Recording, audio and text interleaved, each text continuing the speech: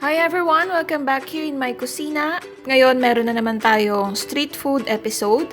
Gagawa tayo ng Buko Pandan juice or the milky Buko Pandan juice. So if you want to learn how I make my version of this drink, just keep on watching.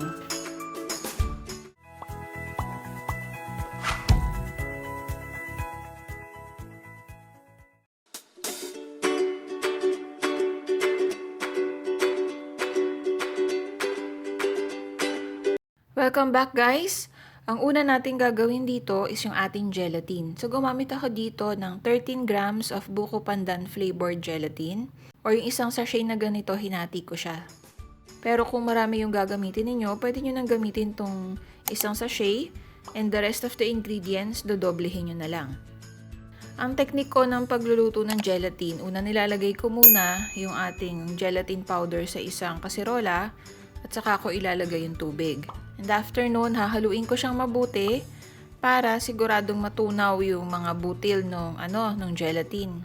Lalo na kapag flavored gelatin guys, siya, yung dikit-dikit or malagkit yung kanyang pinaka-powder.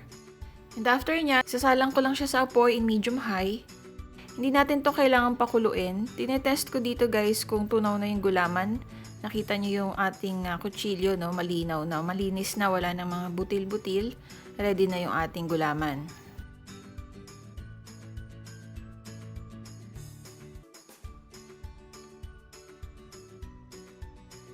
Na-slice ko lang siya ng maninipis katulad nito. Para dito pwede kayong gumamit tong pangkayod ng buko para maging strips yung flesh niya, 'di ba? Kaya lang ang tendency kasi maraming gelatin yung masasayang. Kaya nag-decide akong hiwain na lang siya katulad nito. Pa-strips din siya. Yung size niya dapat magkasya siya dun sa straw natin.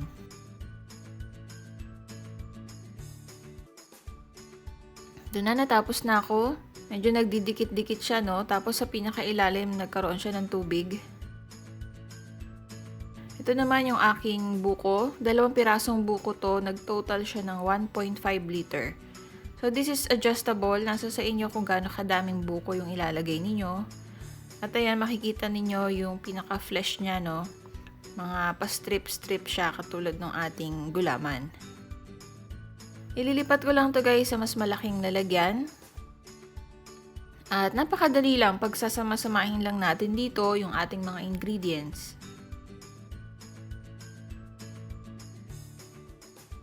So ilagay natin, unahin ko yung gulaman. Ayan, medyo dinrain ko mabuti yung liquid niya kasi nga para siya nalulusaw, ano? Para doon sa mga bagets natin, hinay-hinay lang sa paghalo para hindi siya tumalsik. Nagdagdag din ako dito ng 1 cup of sugar, pero una ko munang nilagay yung 3/4. Ni-reserve ko muna yung 1/4 cup kasi nga titest ko muna yung tamis niya, no? Na kapag kulang, pwede ko na siyang idagdag. Okay, yung reminder ko sa inyo, mas madaling magdagdag kaysa magbawas, lalo na sa asin at saka sa asukal. Mas maganda kung pakonti-konti muna yung paglalagay natin.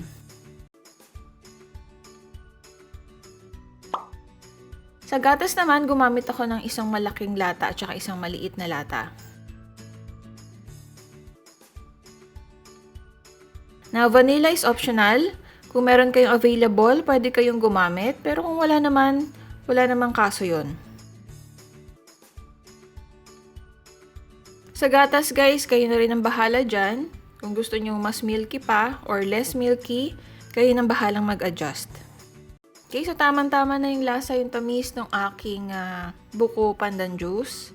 Ang tip ko sa inyo dito, dapat yung tamis niya ay mas matamis ng konti doon sa gusto ninyong tamis. Kasi nga ang mga pagkain, kapag lumalamig yan, tumatabang siya. At saka lalagyan pa natin siya ng yelo.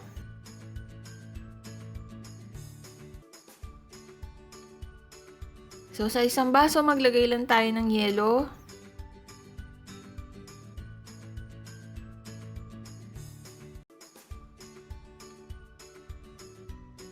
Ang kainaman kasi dito, pa-strips yung hiwa ng ating gulaman. Hindi tayo mahihirapan kasi pagka sinipsip natin siya, nasasama siya dun sa straw. So, walang natitira dun sa baso natin. Hindi na natin kailangan ng kutsara. Pero still, it's up to you. Pwede nyo rin siyang iserve na Naka-cubes yung inyong gelatin. Sabi ko nga, nasa sa inyo yan. Kaya lang ito, kailangan mo pa ng kutsara. Alam nyo guys, masarap din tong lagyan ng binusang pinipig. And that's it. I hope I was able to share something good and helpful. If you have request dishes, just comment it down below. And I will try my best to cook it for you. Thanks for watching and see you again on my next video. Let's be friends on Facebook and subscribe to my channel. Don't forget to click the bell button for notification on new video uploads.